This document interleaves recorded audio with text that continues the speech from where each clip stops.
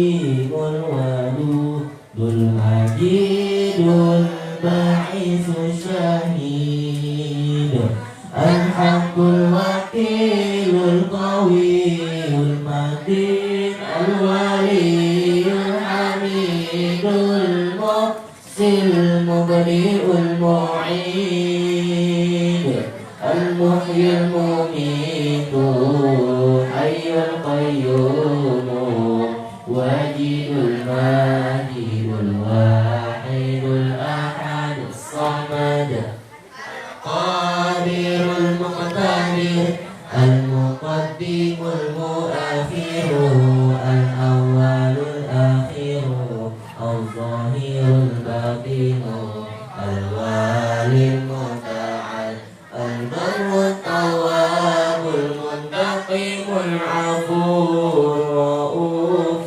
المالك الملك ذو الجلال والإكرام المقسط الجميع الغني المغني مانع الضار النافع النور الهادي البديع الباقي الوارث الرشيد الصبور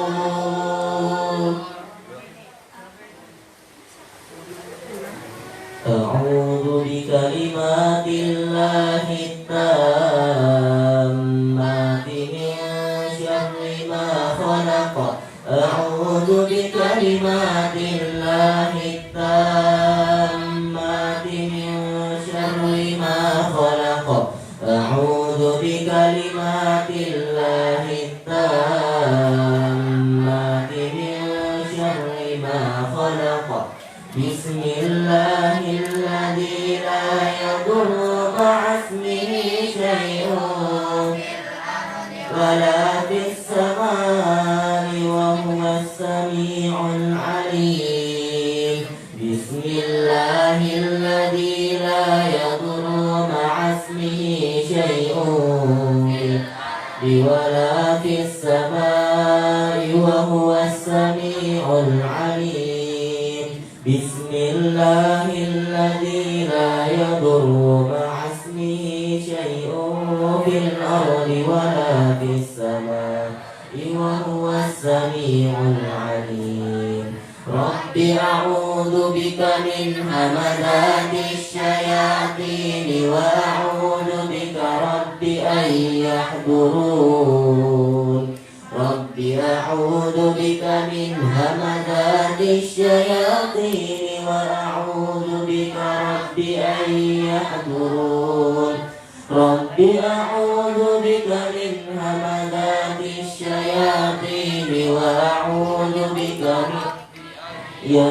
يحضرون اللهم إنا نعوذ بك من البرص والجنون والجذام ومن سيء الأسقام اللهم إنا نعوذ بك من شر فيروس كورونا يا ربنا إن هذا الفيروس قد مس الناس في أكثر البلاد اللهم فاصرفه عنا وعن معهدنا وعن بيوتنا وعن مساجدنا وعن أهلنا وعن أمهاتنا وآبائنا وإخوتنا وأخواتنا وأولادنا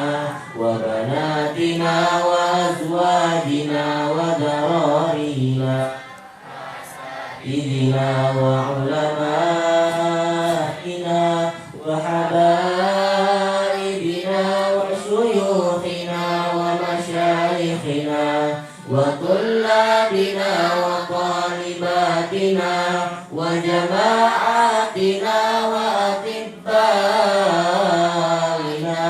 وممرضينا وممرضاتنا وموظفينا وموظفاتنا ومساهمينا ومساهماتنا وبلادنا وكل بلاد المسلمين وجميع المسلمين والمسلمات والمؤمنين والمؤمنات في كل مكان وزمان فيا قاضي الحاجات اللهم احفظنا مما نخافه ونحذر فأنت خير حافظا فأنت خير حافظا فأنت خير حافظا وأنت أرحم الراحمين رب إني لما أنزلت إلي من خير فقير رب إني لما أنزلت إلي من خير فقير رب إني لما أنزلت إلي من خير فقير وإذا مرضت فهو يشفين وإذا مرضت فهو يشفين وإذا مرضت فهو يشفين سلام على نوح في العالمين سلام على نوح في العالمين سلام على نوح في العالمين اللهم لا يأتي بالحسنات إلا أنت ولا يدفع السيئات إلا أنت ولا حول ولا قوة إلا بك اللهم لا خير إلا خيرك ولا طير إلا طيرك ولا إله غيرك لا إله أنت سبحانك إني كنت من الظالمين اللهم إنا نعوذ بك من جهد البلاء ودرك الشقاء وسوء القضاء وشماتة الأعداء اللهم اكشف عنا البلاء والوباء والغلاء والقهد وجميع الأمراض وموت الفجعة والطاعون ما لا يكشف غيرك اللهم إنا نعوذ بك من زوال نعمتك وتحول عافيتك وفجاءة نقمتك وجميع سخطك اللهم أنت ربي لا إله إلا أنت خلقتني وأنا عبدك وأنا على عهدك ووعدك ما استطعت أعوذ بك من شر ما صنعت أبوء لك بنعمتك علي وأبوء بذنبي فاغفر لي فإنه لا يغفر الذنوب إلا أنت اللهم طول أمورنا وصح أجسادنا ونور قلوبنا وثبت إيماننا وأحسن أعمالنا ووسع أرزاقنا وإلى الخير قربنا وعن الشر أبعدنا وقض حوائجنا في الدين والدنيا والآخرة إنك على كل شيء قدير ثم أول أمورنا وصح أجسادنا ونور قلوبنا وثبت إيماننا وأحسن أعمالنا ووسع أرزاقنا وإلى الخير قربنا وعن الشر أبعدنا في الدين والدنيا والآخرة إنك على كل شيء قدير. اللهم طول أمورنا وصح أجسادنا ونور قلوبنا وثبت إيماننا وأحسن أعمالنا ووسع أرزاقنا وإلى الخير قربنا وعن الشر أبعدنا وقد حوائجنا في الدين والدنيا والآخرة إنك على كل شيء قدير. رب اغفر لي وارحمني وتب علي.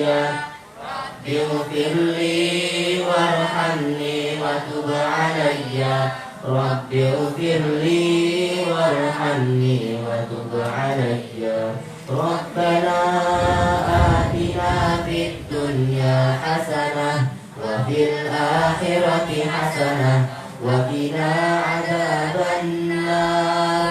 سبحان ربك رب العزة عما يصفون وسلام على المرسلين والحمد لله رب العالمين.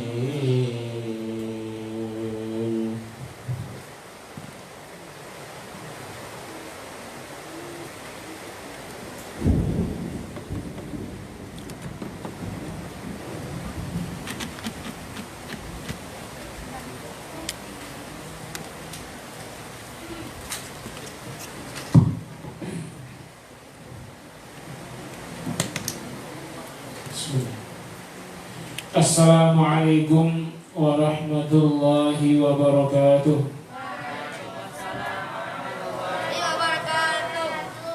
Alhamdulillahilladzi anzala al-Qur'ana hidayatan wa hudan lin-nas wa rahmatan lil mu'minin wa shifaa'an lima fis sudur wa tafriqan bainal haqqi wal batil wa basyiran wa nadhiran wa bayyinatin minal huda wal furqan. Ashhadu an la ilaha illallah wahdahu la syarika lah wa ashhadu anna Muhammadan 'abduhu wa rasuluh, amma ba'd. Faqad qala Allah ta'ala a'udzu billahi minasy syaithanir rajim. Bismillahirrahmanirrahim. Wa nunazzilu minal Qur'ani ma huwa shifaa'un wa rahmatun lil mu'minin wa la yazidul zalimina illa khasara. Shadaqallahul azim. Allahumma arhamna bil Qur'an. Anak-anakku sekalian, para santri yang saya sayangi, ibu bapak, hadirin hadirat dan keluarga yang menyaksikan tayangan ini di rumah lewat media IG, FB atau Zoom, yang saya muliakan dan semoga kita semua senantiasa dalam naungan kasih sayang Allah Subhanahu wa ta'ala, mendapatkan berkah karunia rahmatnya di tengah-tengah pandemi wabah corona melanda dunia pada saat-saat ini. Salawat dan salam semoga selalu terlimpah dan tercurah buat junjungan tercinta baginda Nabi Muhammad sallallahu alaihi wasallam yang telah mereformasi umatnya, berubah dari jahiliyah kepada Islam, dari sistem kufur kepada sistem Islam, sehingga kita bisa melaksanakan agenda kita sesuai dengan aturan Allah, sesuai dengan ketentuan sunnah Rasulnya. Para santri dan jemaah sekalian yang di rumah masing-masing, Allah Subhanahu wa ta'ala telah memberikan informasi lewat ayat-ayatnya, dan ayat-ayatnya pastilah benar. Shadaqallahul azim. Maha benar Allah dengan segala firman-Nya. Kemarin kita sampaikan ya dalam surah Al-Hasyr bahwa Seandainya Al-Quran itu turun kepada gunung, gunung akan hancur. Khashi'an mutasaddi'an min khasyatillah. Saking dahsyatnya, istimewanya Al-Quran. Bukan berarti bahwa Al-Quran akan menghancurkan. Maksudnya Al-Quran kemu'jizatannya luar biasa. Sampai-sampai gunung sekalipun tidak mampu, apalagi sekedar virus. Nah, di sisi lain kita dapati ayat yang lain. Allah berfirman, A'udzubillahi minasyaitonirrajim, wa nunazzilu minal Qur'an, dan kami turunkan Al-Quran. Di antara faedahnya syifa'un, wa nunazzilu minal Qur'ani ma huwa syifa'un, dia sebagai penyembuh. Syifa'un tidak disebutkan penyembuh apa. Dalam ilmu tafsir, kalau ada perbuatan Allah tidak disebut objeknya, maka objeknya adalah segala sesuatu. Ya, likai tadhaba kullu nafsin bima dhahabat, agar setiap orang bisa menafsirkan yang dia sanggupi menafsirkannya. Jadi sebagai apa? Sebagai penyembuh apa? Syifa'un. Ya, syifa'un sebagai obat bagi penyakit fisik, syifa'un sebagai obat penyakit non fisik, syifa'un sebagai obat bagi hati yang gelisah, syifa'un sebagai penghibur bagi hati yang sedih dan lara, syifa'un sebagai penghibur bagi duka yang berkepanjangan. Karena dia tidak sebut syifa'un fi apa, enggak ada. Syifa'un fil marid, syifa'un fil, enggak sebut semuanya, berarti semuanya. Karena itu Al-Quran adalah solusi atas semua, termasuk penyakit yang menimpa kepada sebagian kita. Al-Quran sebagai syifa-nya. Termasuk barangkali krisis sebagian kita yang sudah mulai menderita, ada yang kekurangan, maka Al-Quran solusinya. Jadi bersama Al-Quran senantiasa selama karantina, isolasi, maka semua akan menjadikan solusi. Karena kita dapati hari-hari ini banyak keluarga-keluarga yang mulai kekurangan, banyak sudah mulai mengeluh karena bahan pangan sudah menipis. Bahkan ada yang menjadikan mereka sekeluarga hanya makan sekali dalam sehari. Itu pun bukan porsi yang sama. Untuk satu orang dimakan bersama satu keluarga. Nah, sebagai sarana sementara, ya bukan satu-satunya, Al-Quran jadikan syifa, solusi. Ya, rajin-rajin baca Al-Quran. Mungkin di antara hikmah kenapa bapak sekalian tidak keluar rumah, di antaranya agar kita selalu bersama Al-Quran Karim. Maka siapa-siapa yang jarang baca Al-Quran, bacalah sekarang. Perbanyaklah baca Al-Quran 2 juz, 3 juz sehari. Yang belum hafal maka hafalkanlah, target minimal juz 30. Selama puasa Ramadan bertambah 3 juz, jadi 4 juz hafal. Kemudian setelah Ramadan hafalkan lagi. Kesempatan libur panjang ini manfaatkan. Al-Quran syifa, solusi atas semua. Wa rahmatun lil mu'minin, tidak hanya sebagai penyembuh segala macam penyakit. Al-Quran adalah rahmah, kasih sayang dari Allah Subhanahu wa ta'ala. Siapa saja yang bersama Al-Quran disayangi Allah Subhanahu wa ta'ala di dunia apalagi di akhirat nanti. Semua yang bersentuhan dengan Al-Quran menjadi mulia. Malaikat yang paling mulia malaikat Jibril, karena Allah Subhanahu wa ta'ala menurunkan Al-Quran kepada Nabi Muhammad lewat malaikat Jibril. Nabi yang paling mulia dari seluruh para nabi dan rasul adalah Nabi Muhammad, karena kepadanya diturunkan Al-Quranul Karim. Malam yang paling mulia malam Lailatul Qadar. Kenapa? Malam itu turun Al-Quranul Karim. Bulan yang paling mulia dari seluruh bulan adalah bulan Ramadan. Kenapa? Karena pertama kali Al-Quran turun di bulan Ramadan, di malam Lailatul Qadar. Nah, sahabat-sahabat yang paling mulia dari semua sahabat Nabi, jadi Nabi-Nabi semua punya sahabat, maka sahabat yang paling mulia sahabat Nabi Muhammad, karena mereka semua adalah penyebar wahyu kemana-mana. Ada yang ke Irak dari Madinah, ada yang ke Syam, ada yang ke Mesir, ada yang ke Afrika, menyebarkan Al-Quranul Karim. Maka sahabat-sahabat jadi sangat mulia. dan sampai siapapun saja yang menyebarkan Al-Quran menjadi mulia. Kalla innaha tazkirah. Sekali-kali tidak, sungguhnya dia adalah tazkirah, peringatan. Ya. Kalla innaha tazkirah. Terus faman syaa dzakarah, siapa yang ingin dia akan mengingatnya, menghafal Al-Quran itu. Fi suhufin mukarramah, yang ditulis Al-Quran itu di lembaran-lembaran yang dimuliakan. Kertas menjadi mulia karena dituliskan Al-Quran di dalamnya. Coba lihat, ini kertas, dia adalah kertas biasa. Ketika dia polos, kertas biasa ini, ya. Ketika dia polos, kertas biasa, mungkin dipakai orang untuk bungkus kacang rebus, atau dia dipakai untuk menuliskan sesuatu, menggambarkan sesuatu, atau dipakai untuk alas. Tapi ketika dituliskan Al-Quran, dia dimuliakan, ditaruh di tempat yang tinggi, dicium sebelum dibaca, dicium kembali setelah dibaca. Mulia kertas ini karena dituliskan Al-Quran dalamnya. Man syaa dzakar fi suhufin mukarramah marfu'atin mutahharah, yang ditinggikan, yang disucikan. Ya, marfu'atin mutahharah. Terus bi aidi safarah, dia menyebar lewat safarah. Safarah, duta besar, duta Allah. Siapa duta Allah? Siapa saja yang mengemban dakwah Al-Quran adalah duta Allah. Malaikat Jibril duta Allah. Nabi Muhammad yang kepadanya Al-Quran turun duta Allah. Nabi Muhammad menyampaikan sahabat, sahabat menyebarkan semuanya duta Allah. Sahabat punya murid mengajarin Al-Quran duta Allah. Sampai zaman sekarang siapa saja yang bersama Al-Quran duta Allah, bahkan lebih istimewa menjadi keluarga Allah.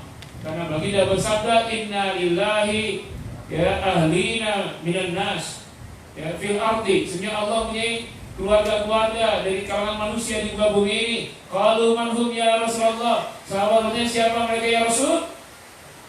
Qala Rasul menjawab, ya ahlul Quran, ya hum ahlullahi wa khassatuhu, yaitu ahlul Quran. Siapa yang selalu bersama Al-Quran, mereka lah keluarga Allah dan hamba khusus spesial, hamba spesial Allah.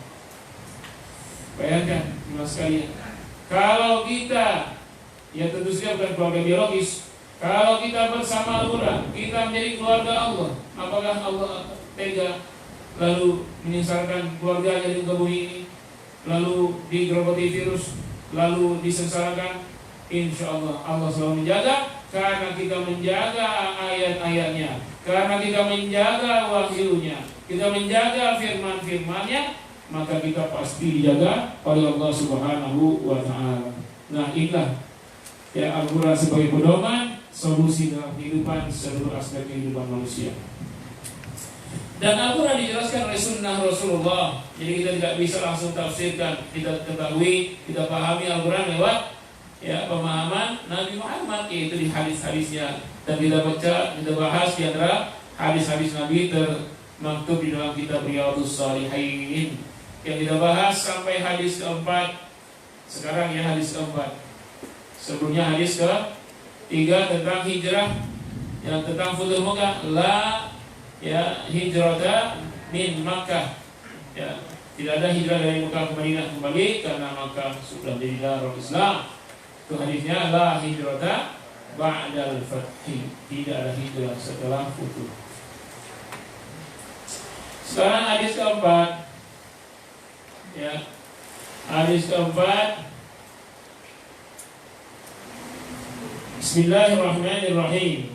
Wa an Abi Abdillah Jabir bin Abdillah Al-Ansari. Dari ayahnya Abdillah, yaitu Jabir bin Abdillah. Jadi Jabir punya anak Abdillah, Jabir punya ayah Abdullah. Jadi Abdullah bin Jabir bin Abdullah.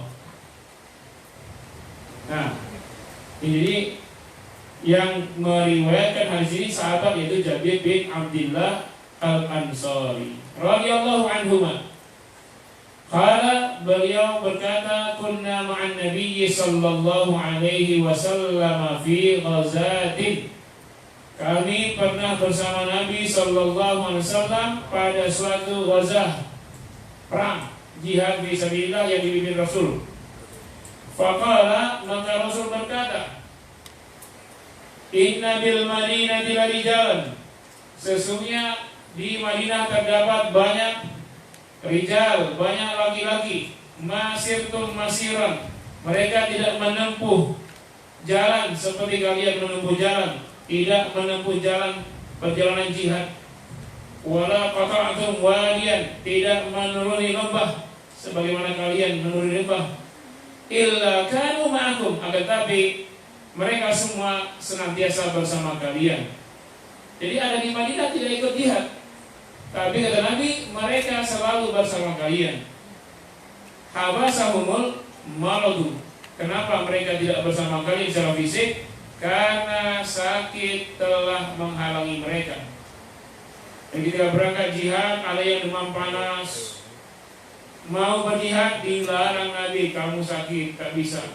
Orang sakit kalau ikut perang, yang pertama jelas tidak bisa membantu. Yang kedua, tidak ada yang tahu kalau penyakitnya itu ternyata menular. Sudahlah, penyakit itu akan merepotkan orang-orang yang sehat di antara pasukan kaum muslimin. Ya, boleh jadi penyakit itu malah menular, membahayakan pasukan lain. Maka Nabi melarang orang sakit ikut perang. Tapi hatinya kepengen perang. Maka kata Nabi, ya, illa syarakukum fil ajri, kecuali mereka mendapatkan seperti kalian dalam pahala. Jadi orang yang seperti ini mendapat pahala walaupun tidak ikut perang, tapi dia sangat ingin, tapi sakit telah menghalanginya, maka dia tidak apa-apa tidak perang, hatinya tetap ingin perang, maka dia dapat pahala jihad fi sabilillah.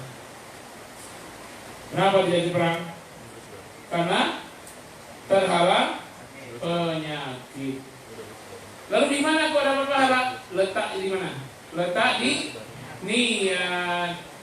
Niatnya sangat ingin, tapi kondisinya tidak memungkinkan. Nah, hadis itu akan sama isinya dengan hadis yang berikutnya. Langsung kita bahas dulu hadis. Kemudian warawahu al-Bukhari. Imam Bukhari meriwayatkan. Kalau tadi riwayat Imam Muslim.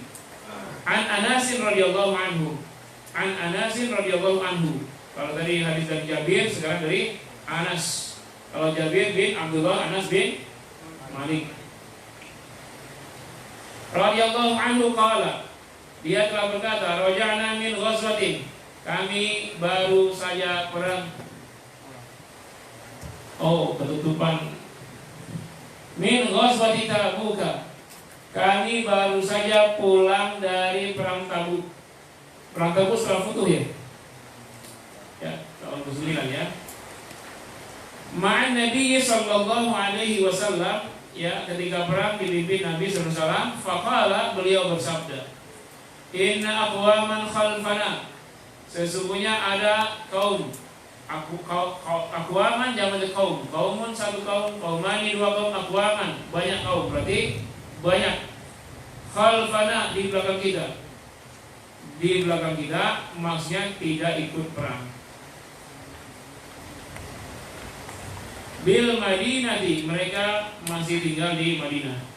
Ma salakna Sya'ban, ya, ma salakna Sya'ban, tidak mendaki gunung seperti kita. Wala wadiyan, dan tidak menuruni lembah. Illa wahum ma'ana, kecuali mereka tetap bersama kita. Habasahumul uzru, ya, kenapa? Uzur telah menghalangi mereka. Kalau hadis Imam Muslim tadi menyebutkan mereka terhalang tidak ikut jihad karena sakit, maka hadis ini lebih umum. Yang kedua, yang menyebabkan tidak ikut perang adalah uzur. Uzur tidak hanya sakit, macam-macam uzur. Yang tidak ikut perang ini baik karena sakit maupun ada uzur syar'i yang lain, maka mereka tetap dapat pahala jihad kalau hatinya tetap bersama Rasul dan para sahabat. Ngapain mereka yang tidak ikut jihad? Ngapain? Mendoakan pasukan yang berjihad. Itulah jihad mereka. Jadi jihadnya orang yang tidak ikut perang adalah mendoakan mereka yang ikut perang agar memenangkan peperangan dan ditolong oleh Allah Subhanahu wa ta'ala. Nah seperti sekarang, misalnya kejadian Palestina disiksa, dibantai Israel, kita doakan dari sini hati kita bersama rakyat Palestina, ya kita menentang penjajahan Israel, maka kita pun mendapat pahala jihad kalau kita laksanakan ikhlas dengan niat karena Allah Subhanahu wa Ta'ala. Di dalam Al-Quran, dalam surat Taubah dari ayat 91 sampai 92, surat ke-9, membacanya tidak boleh pakai basmalah. A'udzubillahi minasyaitonirrajim. Jadi ayat ini menjelaskan uzur itu apa saja, ya. Kan tadi disebutkan mereka tidak ikut perang karena uzur. Nah sekarang uzur itu hal yang menghalangi orang ikut perang, sesuatu yang menyebabkan seorang tidak bisa ikut perang, itu uzur. Apa sih uzurnya? Al-Quran telah menetapkan. Yang pertama, laisa 'alad du'afa'i wala 'alal marda wala 'alal ladzina la yajiduna ma yunfiquna harajun idza nasahu lillahi wa rasulih ma 'alal muhsinina min sabil wallahu ghafurur rahim. Laisa, tidak ada. Nanti harajun di ujungnya, tidak ada dosa. Bagi siapa? Alad du'afa, bagi orang-orang yang sangat lemah, orang-orang tua di atas 60 tahun. Jangankan perang, jalan aja susah, pakai tongkat aja dia masih tergopoh-gopoh. Du'afa itu. Atau yang cacat kemana-mana pakai tongkat, pakai kursi roda, itu masuk du'afa. Ada orang yang ya secara fisiknya kelihatan masih muda tetapi kurang gizi, tulang aja, ya kalau jalan kayak dihembus angin melayang dia. Nah yang begitu tidak boleh ikut perang, jadi beban negara, jadi beban para pasukan lain. Gak ada dosa. Wala 'alal marda, dan tidak dosa bagi orang yang sakit. Wala 'alal ladzina la yajiduna ma yunfiqun, dan tidak dosa bagi orang-orang yang tidak ada sesuatu yang bisa diinfakkan. Dia mau ikut perang tapi nggak ada biayanya. Dia tidak bisa beli pedang, dia tidak bisa beli baju perang, dia gagah. Tapi dia tidak punya kemampuan secara fisik, sementara dia ya tidak terlalu dibutuhkan. Mungkin sudah cukup dengan pasukan yang ada. Siapa lagi? Itu baru 3 ya. Adal du'afa, yang pertama, yang kedua alal marda, yang ketiga alal ladzina la yajiduna ma yunfiqun, yang keempat wala 'alal ladzina idza ma atauka litahmilahum qulta la ajidu ma ahmilukum alaih. Itu yang keempat. Dan tidak ada dosa, tidak ikut perang bagi orang yang ingin ikut dengan engkau ya Muhammad, litahmilahum, agar engkau membonceng mereka dalam perang tersebut. Biasanya kan kalau perang pakai kuda satu-satu. Nah oke lah, sekarang kita bonceng bisa berdua, tapi nggak bisa. Di belakang kuda ada penyimpanan barang-barang untuk akomodasi perang, apakah itu pedang, apa tombak, semua di situ. Kalau orang ikut, malah kalau tidak ada senjata bahaya.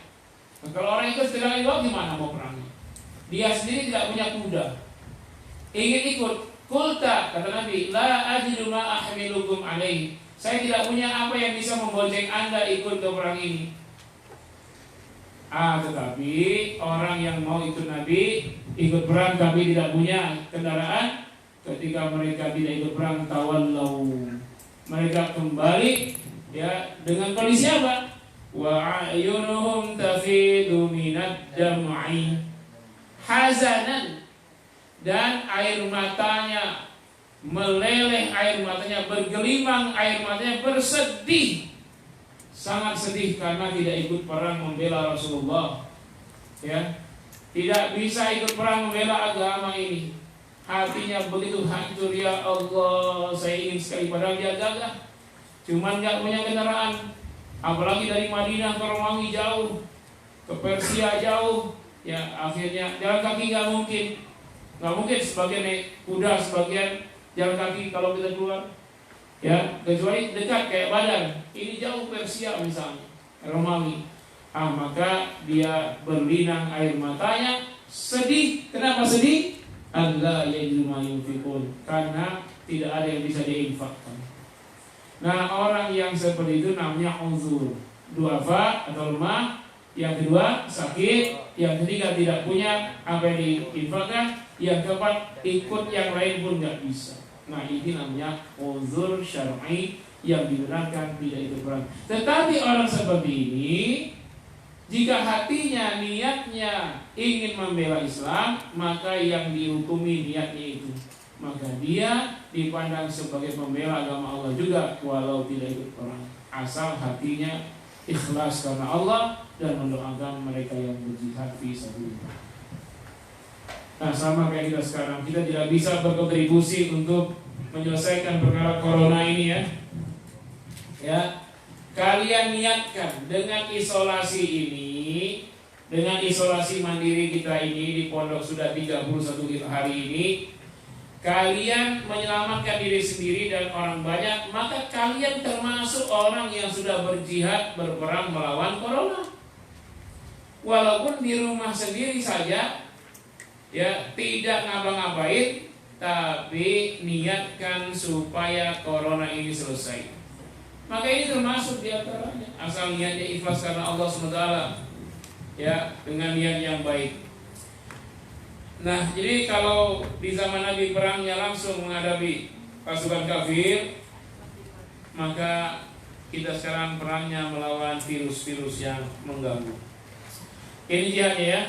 Jadi niatkan kalau kalian sungguh-sungguh menjaga diri, menjaga kesehatan, selalu memakai masker, menjaga jarak, bicara tidak berhadapan, orang Al-Quran tidak berhadapan, bersampingan saja, menjaga kesehatan, minum setiap 10 menit, cuci tangan setiap saat, keluar masuk pesantren, mau makan, sudah pakai sabun air mengalir. Nah, usaha itu adalah jihad juga. Jelas? Baik, 2 hadis untuk sore ini. Kita lanjut dengan tanya jawab. Biarinlah, biar tanya jawabnya.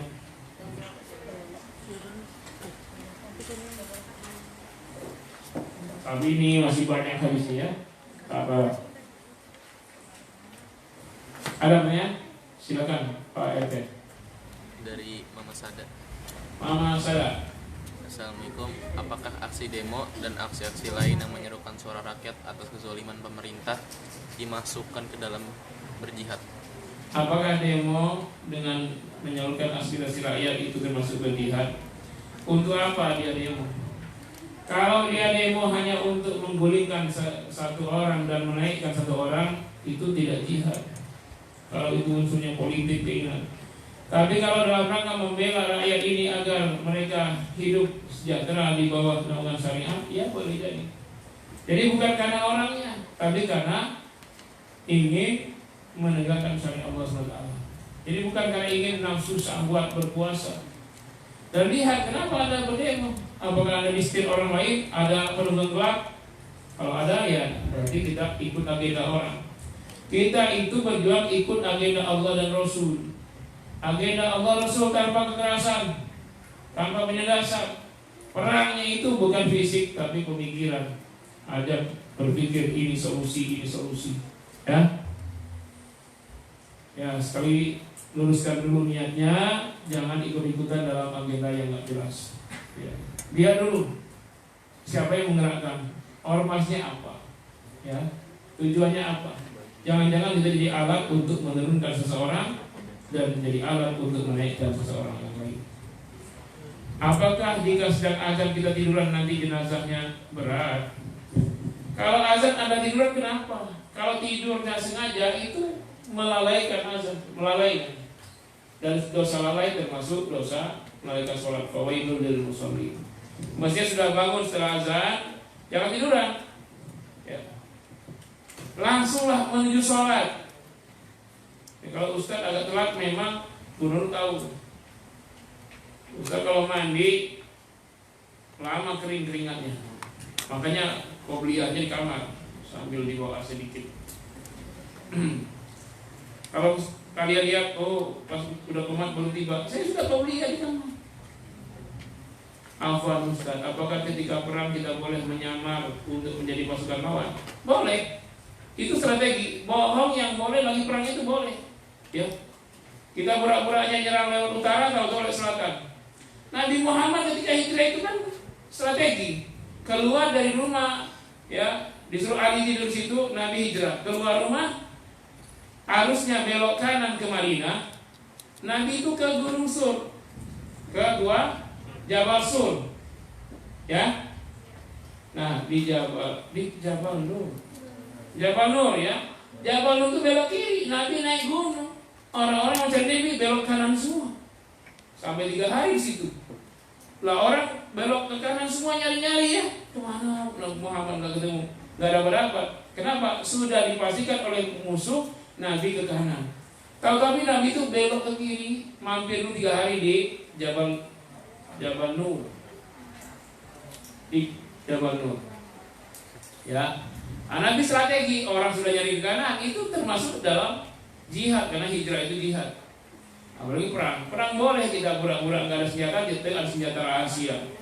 Pas berhadapan musuh ngira kita nggak punya senjata, kalau tuh melayang senjatanya apa?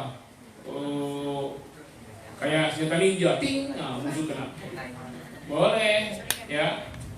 Kayak orang main catur, diumpannya Perdana Menteri, tahu-tahu orang mati dengan kuda, skatmat.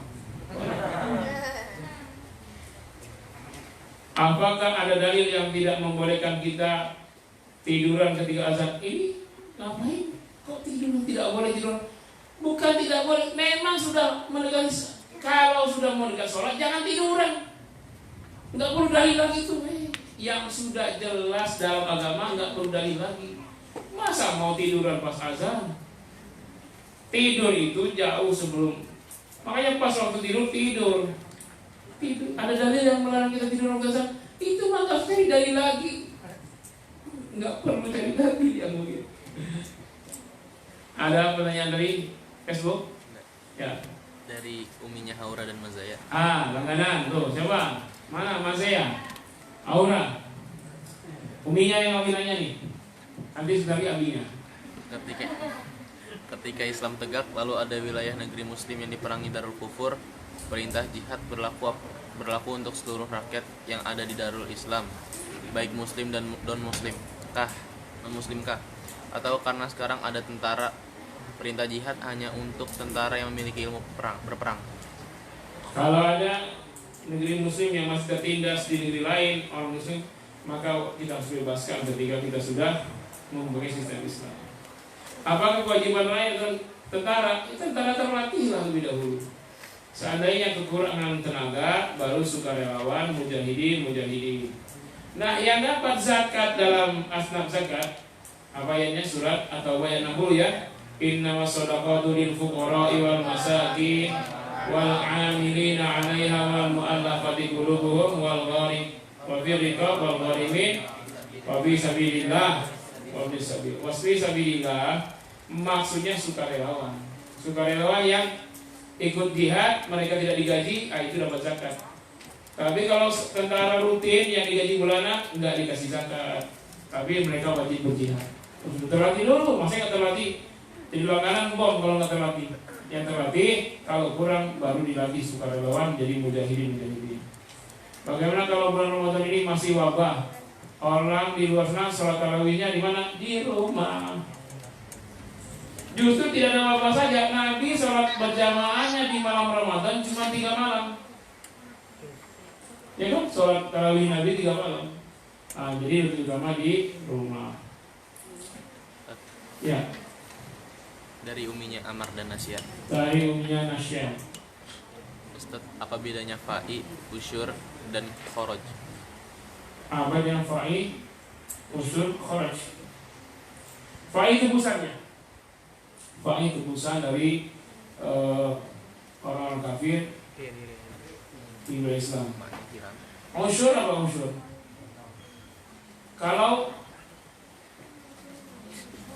kharaj itu masih dikelola oleh warga setempat walaupun non muslim, tapi hasilnya digunakan untuk kepentingan kaum muslimin di wilayah yang dikuasai kaum muslimin, karena kharaj. Kalau usyurannya apa? 1/10. Usyur. Asyarah 10, usyur 1/10. Apa terkait dengan 20% atau 10%? Nanti dibahas Bu ya. Itu mirip-mirip. Kalau saya takut menjelaskannya menduga-duga takut salah. Besok kita jawab insya Allah. Saya tahu tapi menjawabnya ragu-ragu. Karena itu di kitab Daulah. Ini pengajian umum. Nah, sekali lagi ya para wali murid, ini pengajian umum. Pengajian umum sekali, sangat umum, diikuti banyak 200 lebih dari umum. Wali Jabri, bila ada orang nggak punya apa-apa tapi dia ingin ikut perang, tiba-tiba dia meninggal, apakah syahid? Ya, dia syahid walaupun dia tidak punya apa-apa. Dia ingin berperang, kemudian sebelum perang dia sudah meninggal dunia, syahid. Kalau memang waktu perang.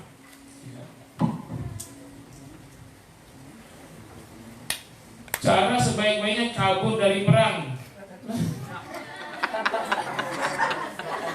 Kabur dengan berjalan, apakah benar? Nah, tidak ada yang terbaik. Kabur dari perang dosa besar, pengkhianat, ya. Tidak boleh lari dari perang.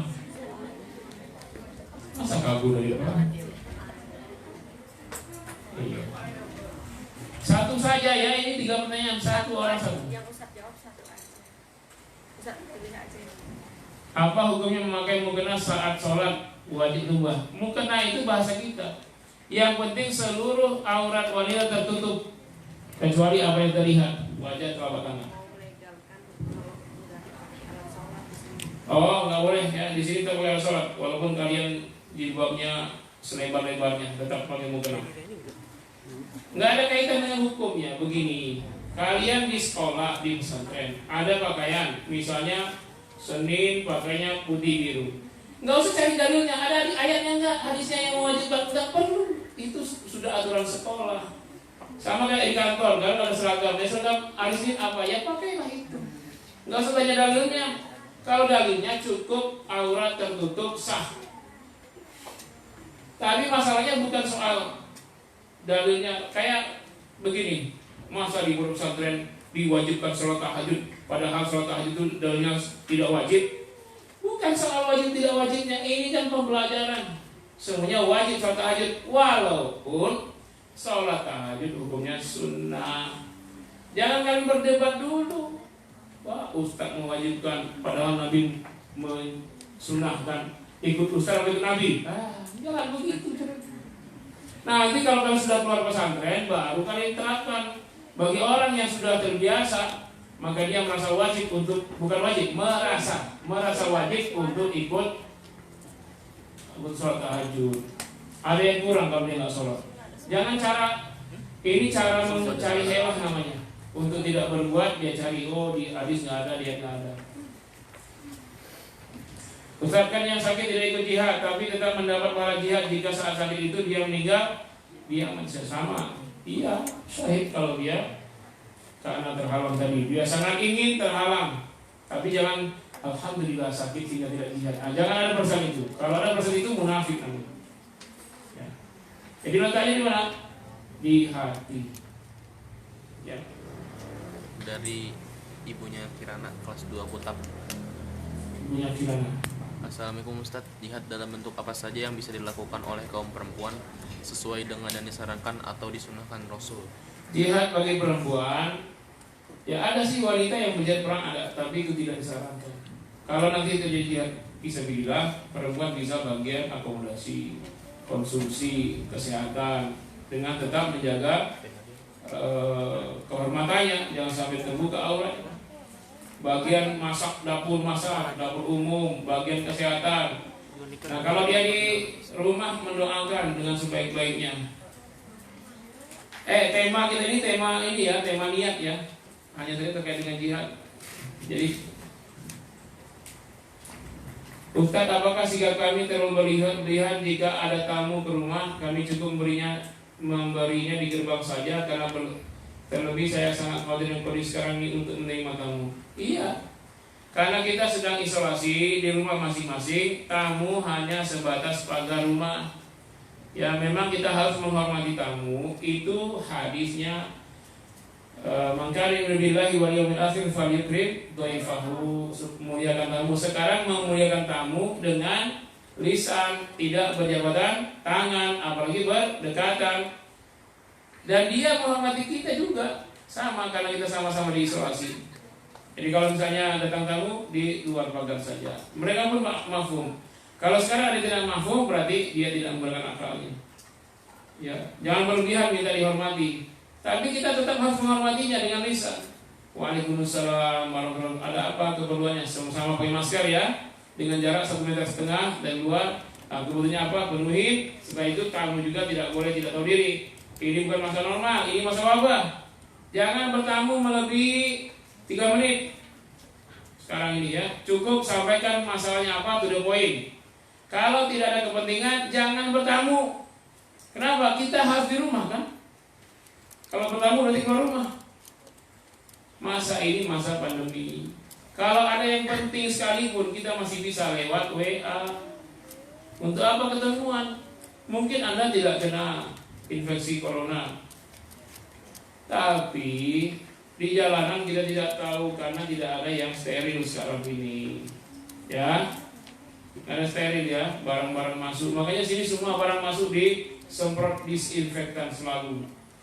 Selalu di tangan yang bawanya, tidak sampai ke pintu masuk pesantren, paling di dekat backing mark. Itu bukan tidak menghargai. Jangan minta penghargaan seperti di hari normal di saat tidak normal seperti ini. Sekarang malah yang efektif itu lewat via WA saja.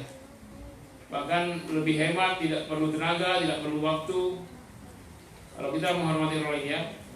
Dan kalau harus ketemuan, tidak bisa tidak, ya janjian dulu. Kalau jamnya tepat jam 9, jam 9. Bila dibatasi jam 9 lewat 5 selesai. Ya bukan kita tidak apa, memang kondisinya sekarang. Maka kalau menyambut tamu beresiko besar. Tidak? Dari Eti Aprianti. Dari Ibu Eti ya. Ibu Eti. Assalamualaikum warahmatullahi wabarakatuh. Waalaikumsalam warahmatullahi wabarakatuh. Afwan, di luar tema, di kompleks saya masih ada yang sholat berjamaah tapi sedikit. Kadang-kadang saya suka minta suami untuk sholat berjamaah di musola agar tidak sepi musola, dan selalu terdengar azan terus tidak sepi. Apakah saya termasuk berdosa karena saya takut kalau tidak ada yang azan sama sekali? Dan anak umur 10 tahun apakah sudah boleh menjadi imam di rumah? Begini, ini sudah masa lama, terlalu sering dijawab. Sudahlah, hentikan perdebatan. Sekarang kondisi sedang tidak normal. Tidak usah memaksakan diri ke musola atau ke masjid. Jangankan ancaman wabah, hujan saja. Hujan itu resikonya basah. Wabah resikonya mati. Bukan mati saja, sakit dulu sakitnya. Kalau mati sudah takdir. Sakitnya itu siksa. Hujan saja Nabi suruh di rumah, sallu fi buyutikum. Ketahuilah sholatlah kalian di rumah saja. Jadi kita sholat di rumah itu bukan jadi kita di rumah tidak di masjid itu kita bukan meninggalkan syariat, justru kita melaksanakan syariat, yaitu perintah Nabi, sholatlah di rumah saja. Cuman ancaman basah doang, padahal kita ada payung, kita suruh di rumah. Apalagi ancaman corona, sudah nggak usah ribut lagi masalah itu. Sudah di rumah patuh saja, di rumah. Ya, ayah jadi imamnya, sholat Jumat. Yang coba kata Nabi, kalau kamu makan bawang, jangan ke masjid. Bawang apa risiko bawang? Bau mulut doang kan? Padahal bau bawang tidak semua orang tidak suka. Ada yang suka, ada yang tidak. Itu saja Nabi suruh di rumah. Jangan ke masjid kalau mulut bau bawang. Cuma bau bawang. Bagaimana yang mengancam? Oh, begini Bu, Bapak, tolong pahami. Jangan menantang takdir. Iya, kalau Allah tidak takdirkan tidak akan kena. Ini Ustaz gara-gara nggak ke masjid rumah Allah sepi. Rumah jadi rumah Allah. Sekarang pusat agama itu di rumah. Makanya selama ini suami-suami yang di luar terus jadi imamnya di rumah, jadi ustadznya, jadi pembinanya. Bila perlu di rumah itu programkan, hafizkan Al-Quran 30 juz selama masa karantina itu. Pusatkan semua anak-anak setoran, jaga jarak terus. Syariatnya dilaksanakan, ikhtiarnya maksimal. Begini, kalau ada yang keluar, dia tuh keluar sehat-sehat saja, iya mungkin dia tidak masalah. Resiko ini kita tidak boleh. Islam tidak menolak medis, tidak menolak ilmiah. Corona ini tidak berisiko besar bagi orang yang tidak punya potensi penyakit penyerta, tapi sangat besar resikonya bagi yang punya penyakit penyerta. Yang punya penyakit penyerta apa? Asma. Kita mungkin nggak ada asma, tiba-tiba kita di baju kita kena corona, lalu sebelah kita ada yang kena asma, kena corona juga, itu cepat sekali hancurnya. Atau di antara kita ada yang kita mungkin nggak ada, tapi ada saudara kita yang diabetes. Itu lebih cepat, kalau udah kena sedikit ya udah habis sudah dia. Atau ada yang jantung, paru-paru atau ginjal atau lever. Nah, yang normal itu nggak masalah, mungkin dia keluar sholat terus di masjid karena dia normal, sehat semua. Masalahnya tidak semua kita sudah medical check up, tidak semua kita sudah tes kesehatan secara keseluruhan. Bahkan ada yang belum, bahkan ada yang tidak tahu dia punya penyakit penyerta atau tidak. Apalagi Anda yang memang sudah terlihat diabetes meletus misalnya, gula darahnya berapa? 300, sudah itu, nggak usah ngeyel, di rumah saja lah. 250 saja sudah besar, sudah tinggi. 160 sudah tinggi. Nah sekarang apakah semua yang ke masjid itu sudah periksa darah? Untuk periksa diabetes, periksa asam urat, periksa jantung, periksa semua? Kan ini masalahnya. Itu dari sisi orang yang beresiko. Tadi sudahlah, hentikan perdebatan ke masjid. Nah, soal tiap waktu sholat masjid azan, saya setuju. Azanlah terus tiap waktu. Ya, bila perlu lebih panjang azan yang lebih bagus. Nanti ada yang ke masjid. Nah, tapi gantilah shollu fi buyutikum. Hayya 'alas shalah diganti shollu fi buyutikum. Salat di rumah itu pun melaksanakan hadis Nabi. Melaksanakan hadis Nabi itu ibadah juga.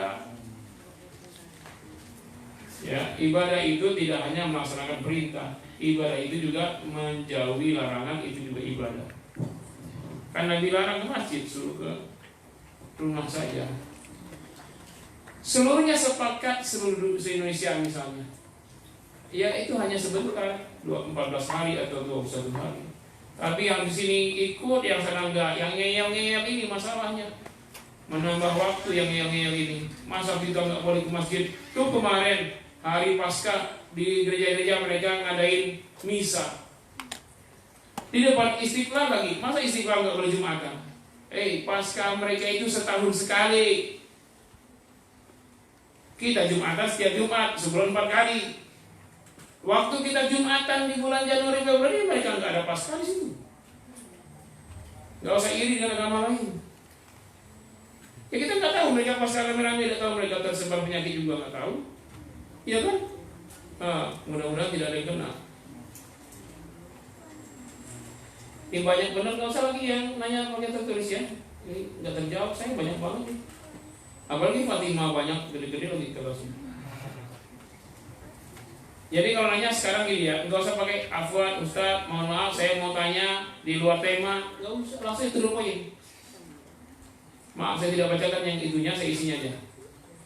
Misalkan ada si A, seorang hafizah, yang begini-begini, udah poin aja dipakai misalnya cerita pula lagi. Seorang hafizah punya anak dan ibu. Anaknya tidak bisa baca Al-Quran. Anaknya sudah meninggal. Apakah si hafizah bisa menolong anaknya di akhirat?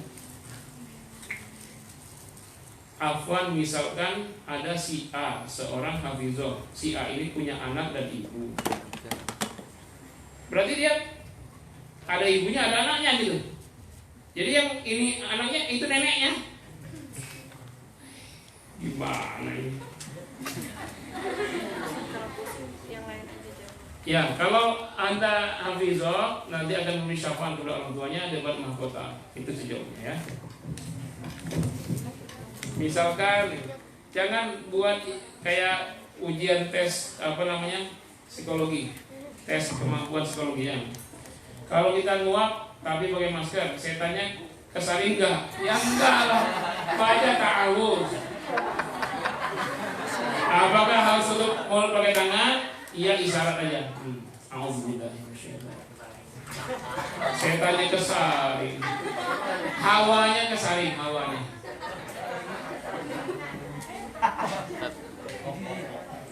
Kalau jelaskan makna kabura maka indallah antakulu ma'ala taf'alun, amat besar murka Allah kalian yang mengatakan tidak mengamalkan. Itulah munafik. Dia menyuruh-nyuruh, dia tidak mengerjakan. Ayo sedekah, pelit. Nah, itu dimurkai Allah.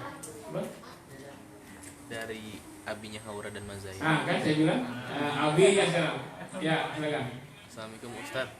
Waalaikumsalam. Bagaimana status hukum anak yang lahir di luar nikah terhadap bapak biologisnya? Konsekuensi apa yang akan diterimanya?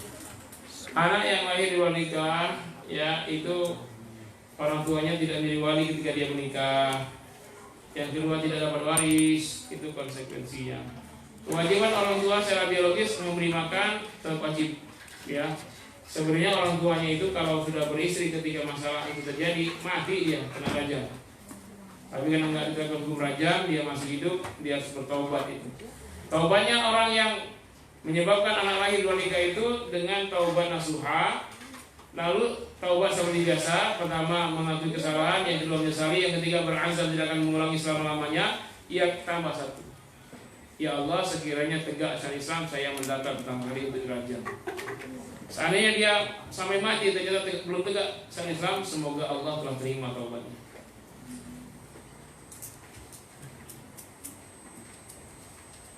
Yang saya tidak bisa baca kali ini yang nggak saya jawab. Tolong tulisannya yang biasa-biasa saja ya, jangan ngalahin dokter. Kenapa di zaman jahiliyah orang Quraisy banyak yang namanya Abdullah padahal artinya hamba Allah? Iya, orang Quraisy itu, orang-orang kafir jahiliyah menyebut nama Tuhan itu Allah. Allah itu iya, diakui. Cuman mereka juga mengakui ada Tuhan selain Allah, namanya Lata, Uzza, Manan, Hubal. Jadi Allah itu juga nama Tuhan yang sangat tinggi. Mereka mengakui Allah, cuman mereka tidak beriman kepada hari akhir. Jadi pertama mereka beriman Allah sebagai Tuhan, tapi bukan satu-satunya. Ingat ya, orang kafir Quraisy mengakui Allah sebagai Tuhan pencipta, tapi mengakui juga adalah Ta'uzza Manat-Hubal. Dan yang paling pasti, orang-orang Quraisy hanya mengakui kehidupan dunia, tidak mengakui kehidupan akhirat. Jadi mereka menyebut dirinya Allah. Kalau mereka bersumpah wallahi, mereka sebut wallahi juga. Tapi mereka juga sebut Wallata demi Lata demi Uzza, Wallata wal Uzza. Jadi itu masalahnya. Seandainya mereka cuma menyembah Allah saja, tidak menyembah berhala, lahir Nabi Muhammad, kemudian jadi Nabi, dia akui mereka Muslim semua. Tapi kalau begitu Nabi Muhammad tidak berdakwah lagi dong, karena Nabi lahir tengah-tengah umat Islam. Ya, masih ada. Dari abinya Haura dan Mazaya lagi. Ya, langganan itu Pak. Assalamualaikum Ustaz. Bagaimana memahami hadis Nabi yang berbunyi tidak ada yang menolak qada kecuali doa? Bukankah ketetapan Allah itu sudah pasti? Mohon pencerahannya. Ya, tidak ada yang menolak qada Allah kecuali doa. Inilah kedahsyatan doa. Qada itu ketetapan Allah. Yang netapin Allah. Allah tidak terpengaruh dengan apapun. Fa'alul lima yurid. Dia berbuat semaunya. Kalau Allah sudah tetapkan, Allah berubah ketetapannya, bisa nggak? Bisa, karena Allah tidak kontrak dengan orang lain. Allah tidak ada perjanjian dengan orang lain. Cuman keyakinan kita, kalau qada itu sebuah janji, kita yakin innaka la tukhliful mi'ad. Allah tidak akan merubah janji. Tapi ini qada bukan janji. Karena itu disebutkan as-shadaqatu, ya. Sedekah itu memperpanjang umur dan menambah rezeki. menolak bahaya, sedekah menolak bahaya dan memperpanjang umur. Ini hadis sahih. Para ulama berbeda dalam menafsirkannya. Ada yang mengatakan maksudnya sedekah memperpanjang umur, maksudnya umurnya tetap segitulah karena itu Allah tergantung dari Allah. Tetapi umur kebaikannya yang merupakan pahala mengalir terus walaupun dia sudah meninggal. Itu maksudnya panjang umur. Tapi ada yang memahami memang ditambah umurnya. Kaitan dengan apa? Hadis kursi bahwa ajal itu tidak akan mendahului rezeki. Itu ada hadisnya. Maksudnya gini, kalian hidup di dunia ini dengan rezeki. Selama hidup kalau diuangkan rezeki dalam bentuk harta itu, katakanlah 3 triliun selama hidup. Yang kalian makan, nasinya, airnya, segala macam. Jadi pakaian di kendaraan 3 triliun. Kalau nanti kalian sudah dapat 3 triliun, mati kalian. Tapi seandainya ada seorang yang dia dapat rezeki sudah 2,5 triliun, berarti tinggal berapa? 0,5 triliun. Kalau dia dapat 0,5 triliun tidak akan mati. Tapi ketika dia dapat rezeki, dia sedekahkan. Dia sedekahkan setengahnya, dia sedekahkan. Maka Allah janji la in syakartum la azidannakum. Kalau kamu bersyukur aku tambah. Yang ditambah Allah enggak disebutkan apakah rezeki atau umur. Dan umur termasuk rezeki bisa Allah tambah. Jadi kalau misalnya kita targetnya 3 triliun karena rajin sedekah, dinaikkan targetnya jadi 3,5 triliun. Berarti kalau belum dapat 3 triliun, berarti belum mati. Rajin lagi sedekah ditambah lagi. Nanti matinya kalau sudah 5 triliun. Maka bisa jadi karena itu yang bertambah benar-benar umur hidup di dunia. Wallahu a'lam. Ya. Kenapa? Yang menetapkan umur qadanya Allah. Dan tak ada yang menghalangi Allah untuk melakukan apapun yang dikehendakinya. Karena itu memohonlah dengan banyak berdoa ya kepada Allah Subhanahu. Makanya ada doa kita kan? Boleh enggak doa begitu? Allahumma tawwil umurana, apa dia? Ya Allah, panjangkanlah umur kami, wasahih ajsadana, apa dia? Dan sehatkanlah fisik kami. Kemudian wa nawwir qulubana, terangkanlah hati kami. Kemudian wasabbit imanana, kokohkanlah iman kami. Wa ahsin a'malana, perbaikilah amal-amal kami. Wa wasi' arzaqana, lapangkanlah rezeki kami. Kemudian wa ilal khairi qarribna, dalam hal yang baik dekatkanlah kami. Wa 'anil syarri ab'idna, kalau itu keburukan jauhkan kami. Wa qadi hawaijana fid dini wad dunya wal akhirah, ya Allah, sempurnakanlah rezeki kami, kebutuhan kami penuhilah, baik terkait agama dunia maupun akhirat. Innaka ala kulli syai'in qadir, sesungguhnya Engkau Maha berkuasa atas segala sesuatu ya Allah. Boleh berdoa. Ya enggak boleh ya Allah kami ingin hidup 1000 tahun lagi, itu enggak boleh. Itu doa orang Yahudi di surah Al-Baqarah. Gak ada gunanya bertambah panjang umur kalau tidak bertambah amal. Bagaimana kalau ada seorang yang ingin berjihad namun orang tersebut masuk dalam kelompok tadi, ayat 91, ia melanggar ayat dan dia juga bertekad kuat berjihad. Kalau dia sakit lalu dia melanggar, dosanya. Kalau jarang ya, dia sakit terpaksa juga. Seandainya sakit itu tidak parah dan dia bisa mengurus diri sendiri, enggak masalah. Tapi kalau sakitnya membuat orang lain repot, sementara jihad itu menempuh jalan, mendaki gunung, menuruni lembah, karena perang pasir yang panas terik 50 derajat Celcius. Orang sakit nggak bisa dipaksa. Ketika awalnya sakitnya panas doang, ketika di tengah perang pasir yang terik, dia tergeletak jatuh. Lalu orang terpaksa harus ngurus dia. Belum mati juga, tambah repot. Ditandu dulu sampai matinya baru dikuburin, itu pun merepotkan. Kalau itu terjadi maka dia merepotkan orang, itu dosa. Sama kayak orang kena corona, nggak mau isolasi diri, nggak mau Dia kepengen mudik aja, tahu-tahu di kampung merepotkan orang karena dia kena penyakit. Selain dia kena penyakit, dia menyebarkan penyakit. Apa dia mati syahid? Belum tentu. Dilarang mudik, dia mudik. Jika ada seorang ayah mencari nafkah dengan berdagang, lalu dia keluar dari Tangerang ke Depok untuk dagang, akhirnya meninggal di Depok, maka apakah seorang itu syahid? Kalau dia mencari, ini gak kaitan dengan corona ya, nggak ada larangan keluar. Kalau mencari nafkahnya lillahi ta'ala, dengan niat tidak ada, dagangnya tidak curang, bisnisnya jujur, maka dia termasuk pengertian syahid dalam bidang lainnya, bersungguh-sungguh mencari nafkah dengan yang halal. Kalau kita sudah niat, kita lupa akan niat kita, lalu mengerjakan keburukan, apakah niat baik kita akan gugur? Kita niat baik, lalu mengerjakan keburukan, gimana? Waktu mengerjakan keburukan ada niat nggak? Ada. Nah, niat buruknya itu ketika jadi keburukan itu sebuah dosa. Adapun niat baik tentu amal lain. Nah, amal niat baik sudah dapat pahala walaupun tidak dikerjakan. Tapi ketika dia niat memang ingin mengerjakan, karena halangan dia terhalang untuk mengerjakannya, maka niatnya itu sudah berpahala. Adapun dia mengerjakan keburukan itu dosa tersendiri. Dapat pahala ketika niat baik, dapat dosa ketika mengerjakan keburukan. Saya sengaja cepat tadi supaya terbaca semua nih banyak.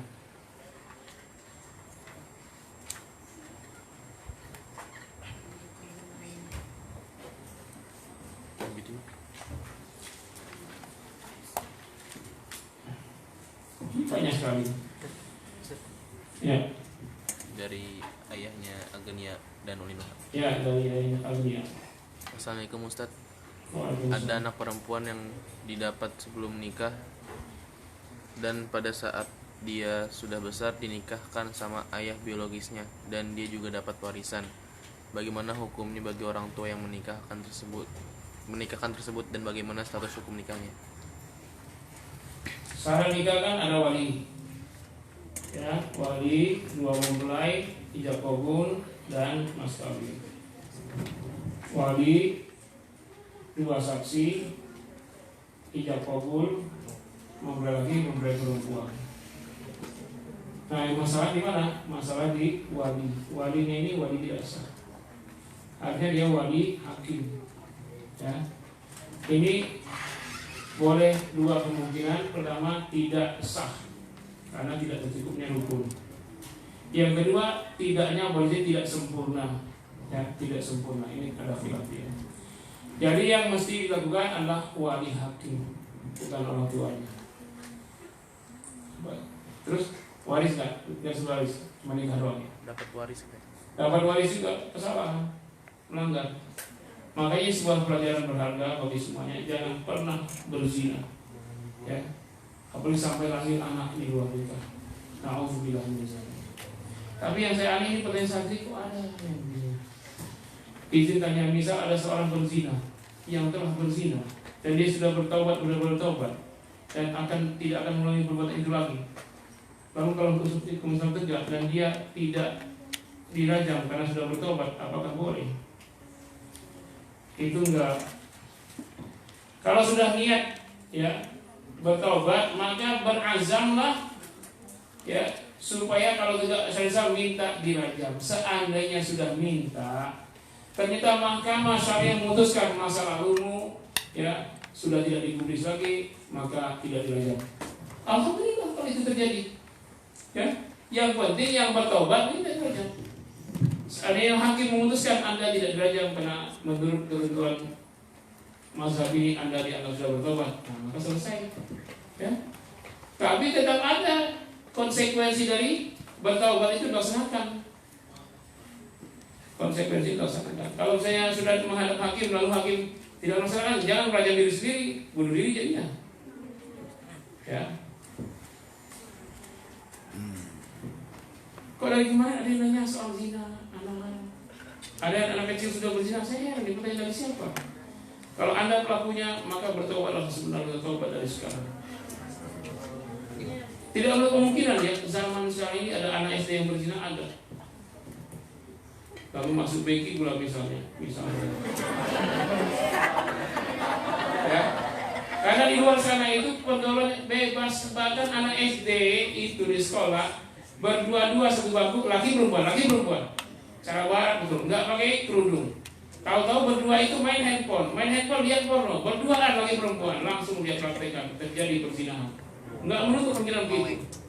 Lagi di sekolah karena boleh pakai handphone, duduknya pun saya dapat informasi dari sekolah internasional, di mana kelasnya itu satu bangku 2 orang, laki perempuan bergandengan, bebas pegang handphone. Tahu-tahu mereka buka situs porno, berdua-dua nonton. Sudah terajarkan oleh pornografi. Maka kita tidak mengizinkan seperti itu. Gimana cara biar hati ini selalu mentaati Allah? Supaya hati ini selalu bersama Allah, ya. Maka kecilkan diri kita. Kita ini nggak ada apa-apanya, Allah yang Maha Besar. Setiap diri kita ini lihat, ini Allah semua. Saya nggak bisa lihat kecuali karena nikmat dari Allah. Saya nggak bisa bicara kecuali nikmat dari Allah. Saya nggak bisa berjalan kaki ini kecuali karena Allah. Tidak bisa tangan ini menggenggam apapun kecuali karena rahmat Allah. Semuanya Allah. Nah, insya Allah bersama Allah. Saya tidak bisa duduk ini kecuali karena Allah. Betapa banyak orang sudah stroke tidak bisa apa-apa. Saya masih Allah kasih kesehatan. Jadi apapun di diri kalian, hatimu, pikiranmu, Allah saja. Kalau ada yang lain selain Allah bisa syirik. Di hatinya, di dirinya hanya manusia aja si idolanya. Allah nggak ada. Jadi supaya senantiasa banyak baca Al-Quran. Cara bicara dengan Allah tidak seperti Nabi Musa. Nabi Musa bisa bicara langsung dengan Allah. Kita bukan Nabi Musa. Cara bicara dengan Allah adalah baca kalam Allah. Itulah cara kita bicara dengan Allah sehari-hari. Karena kalam Allah sudah duluan bicara dengan kita. Ketika kita baca Al-Quran, kita sedang menjawab bicara dengan Allah itu. Tapi kalau kalian sedang baca Al-Quran, kalian sedang bicara kepada Allah. Maka nggak pantas baca Al-Quran, ngantuk, tidur, murojaah tidur. Masa lagi bicara dengan Allah tidur? Coba kalau kalian bicara dengan presiden, kalau presiden lagi ngomong, kalian tidur, marah dia. Bagaimana supaya ikhlas dengan sungguh-sungguh? Karena hati merasa ria, istighfar. Ketika muncul ria, istighfar. Astagfirullah ya Allah, saya mengharap pujian pada Engkau Maha terpuji. Ketika kita dipuji orang, maka kembalikan kepada Allah. Ya Allah, semua pujianmu ini untukmu, aku hina dina ya Allah. Ketika kita dipuji, sebenarnya Allah sedang menutupi aib kita. Ketika orang melihat kebaikan kita dan tidak dipuji orang, sesungguhnya Allah sedang menutupi aib kita yang lebih besar daripada pujian orang itu. Karena itu kalau dipuji orang jangan bangga. Mestinya sedih, ya Allah, saya dipuji orang padahal saya kotor begini ya Allah. Dia memujiku sebagai orang alim dan orang taat, padahal aku ini pelaku maksiat. Engkau tutupin semua sehingga orang tidak lihat.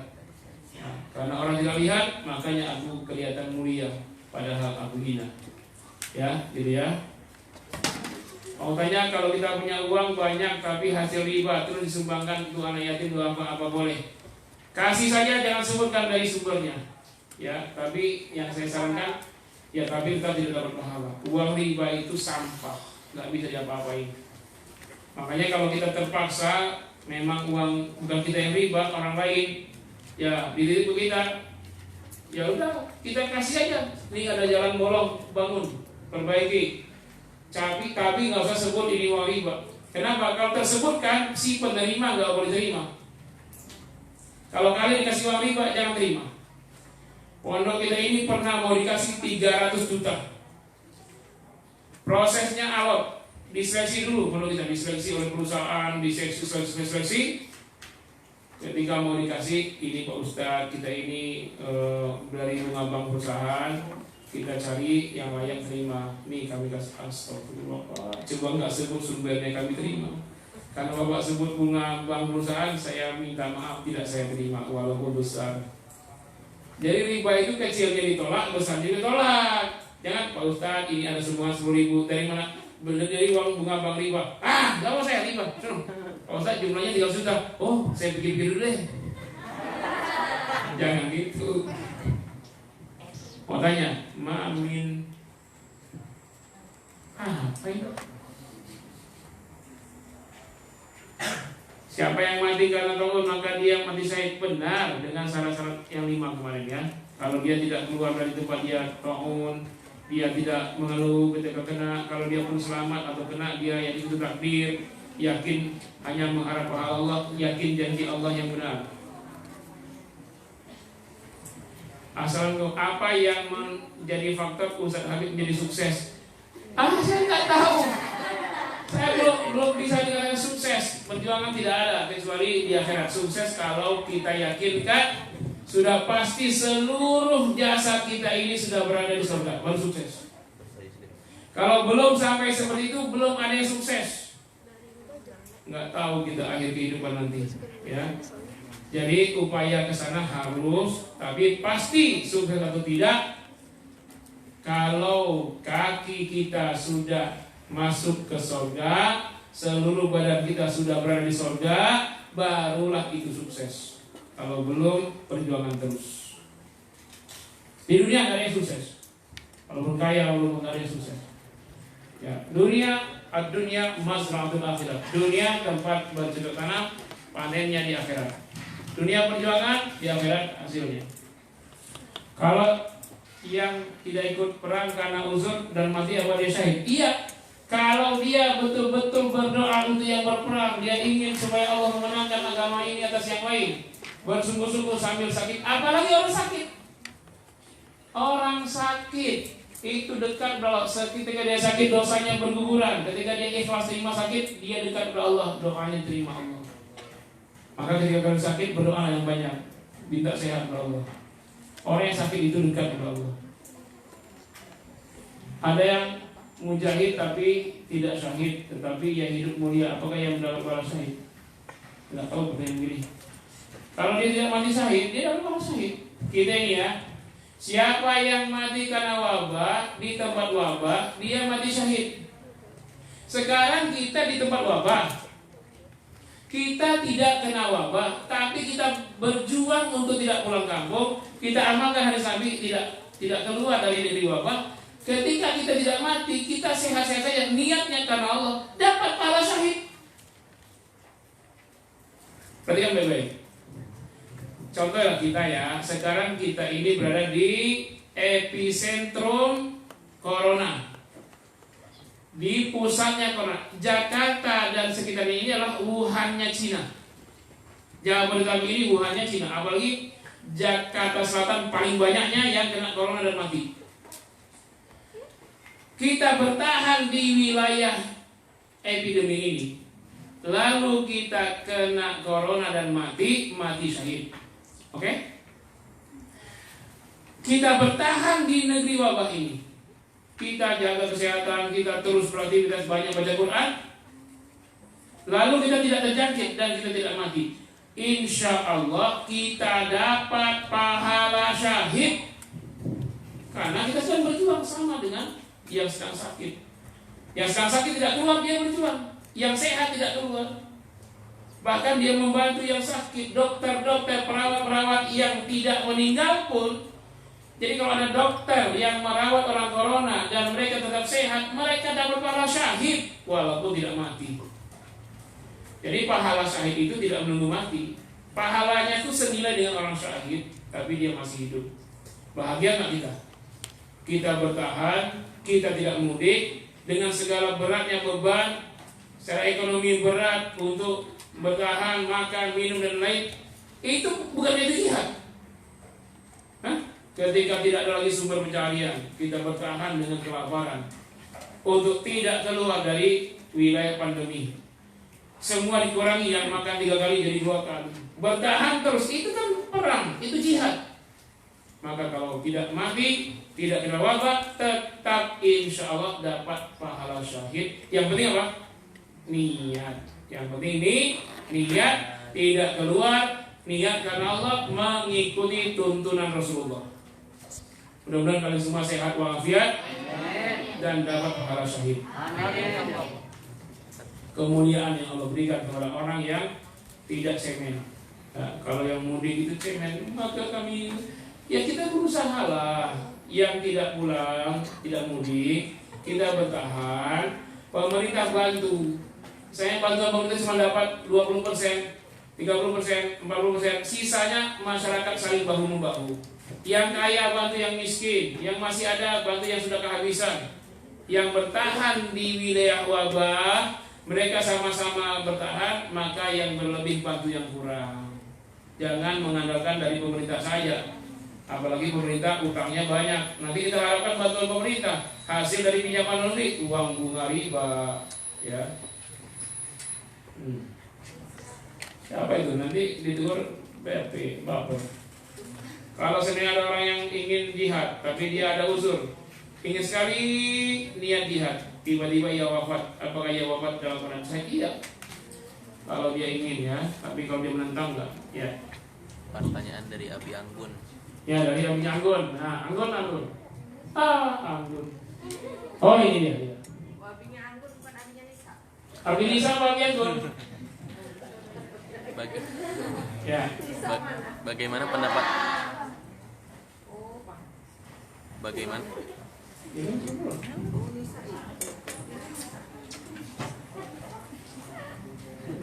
Ya. Bagaimana pendapat Ustadz tentang virus corona yang mengatakan bahwa ada indikasi misi atau buatan Amerika melalui laboratorium kimia Wuhan, Cina? Misi Amerika lawannya di Cina. Ini kontradiksi karena Cina dan Amerika itu perang dagang. Masa Amerika punya lab di Wuhan? Semua spekulasi yang ada kemungkinan benarnya, tapi perlu dibuktikan. Tapi juga sangat bermuatan salah juga. Ini spekulasi namanya, dugaan saja. Karena tidak ada pembuktiannya, maka kita belum bisa mengatakan yes atau tidaknya. Yang jelas wabah ini sudah menyebar ke seluruh dunia. Ya, kalau memang ini senjatanya Amerika, agak kontradiksi. Kenapa? Karena Amerika paling banyak korbannya. Dan sepertinya Amerika mendadak tidak siap juga. Kalau memang ini senjata dia harus siapkan dulu dong anti vaksinnya kan? Vaksinnya disiapin dulu baru dia sebarkan. Nah, semuanya spekulasi. Jangan-jangan Cina sebagai penyebab ingin menuduh Amerika, dibuatlah berita begini. Karena mereka perang dua-duanya itu, tapi tidak mau perang beneran. Mereka perang-perangan, ya diantaranya mungkin pakai wabah ini, kita tidak tahu. Benar atau tidak belum bisa dibuktikan. Kalau katanya dari Amerika, kenapa sekarang Amerika sehari yang mati sampai 400 bahkan 800? Ya, mereka tidak punya vaksinnya. Kalau memang dari dia, ya.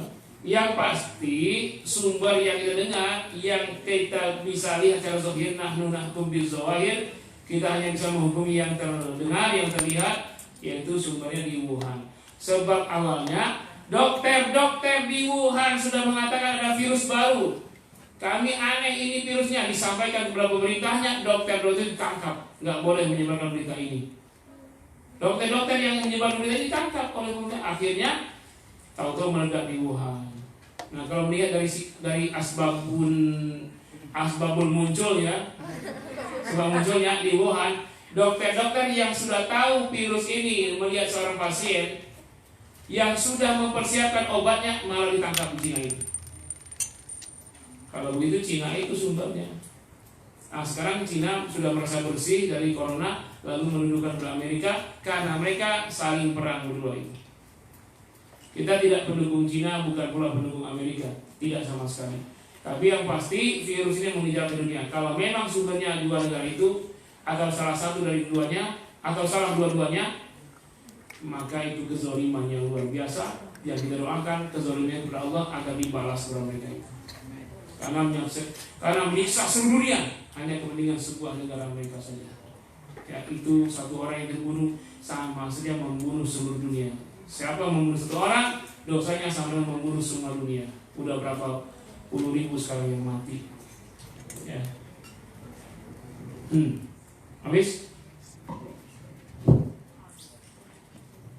Saya tanya, gimana kalau ada orang yang hanya mau berhasil sendiri tanpa mengajak orang lain?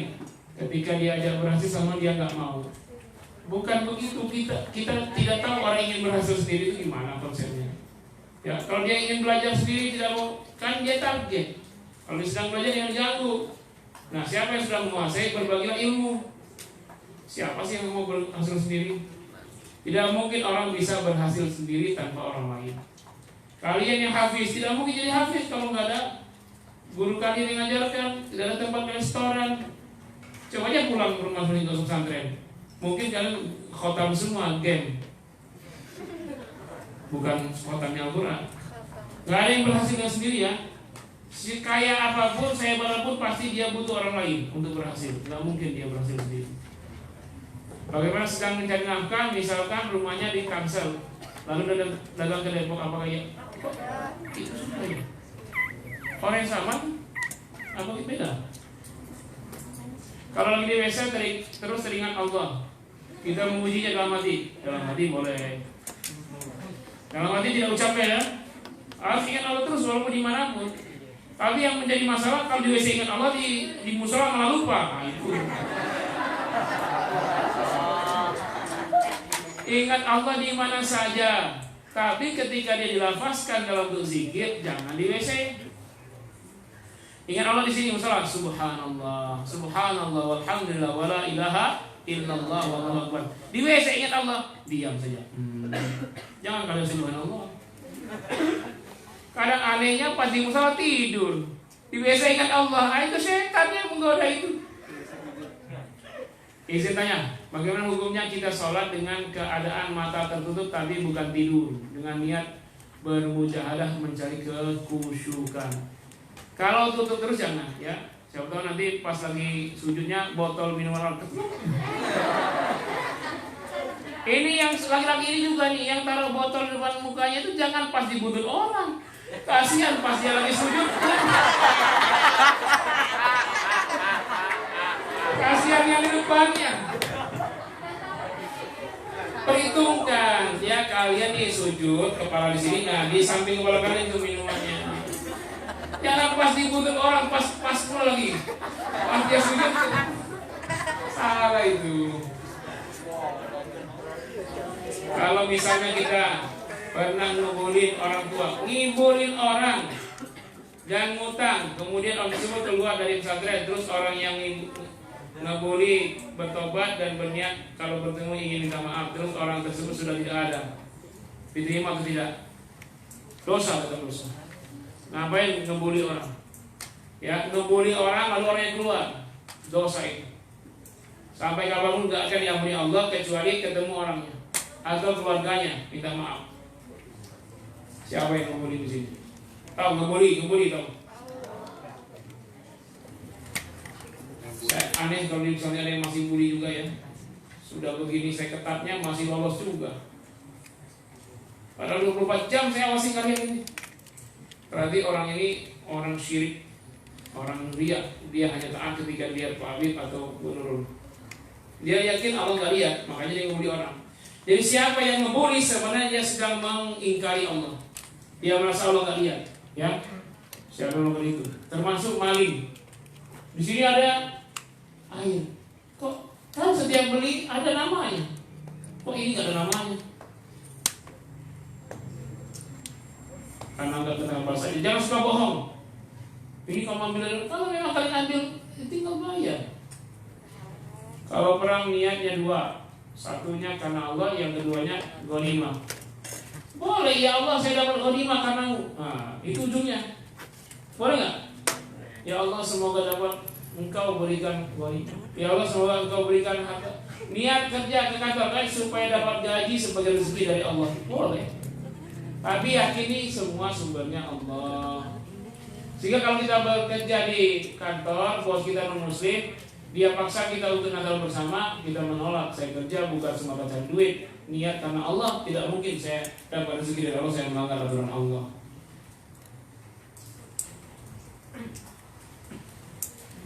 Allahumma inna na'udzubika min jahdil bala wa darki syaqqa. Di doa itu menyebutkan darki, tapi di hadis Tuhan taroki, ya, daroki atau darki. Karena masdar bisa saja daroki atau darki. Ya, masdar itu. Wa darki syaqqa, wa darki syaqqa. Tapi di hadis itu darki syaqqa. Di hadis yang Allahumma inna na'udzubika min jahdil bala. Misal di shop 2 bagian tengah lagi rakaat kedua ada yang batal mau ke WC. tapi nggak ada jalan untuk lewat. Akhirnya dia lepas bawahan mukena, lalu di depan orang-orang yang sholat dia lewat membatas bawahan. Maksudnya dibuka mukenanya dia lewat. Bawa mukenanya itu, jangan nanti orang mau menawarkan terhadap mukenanya kan.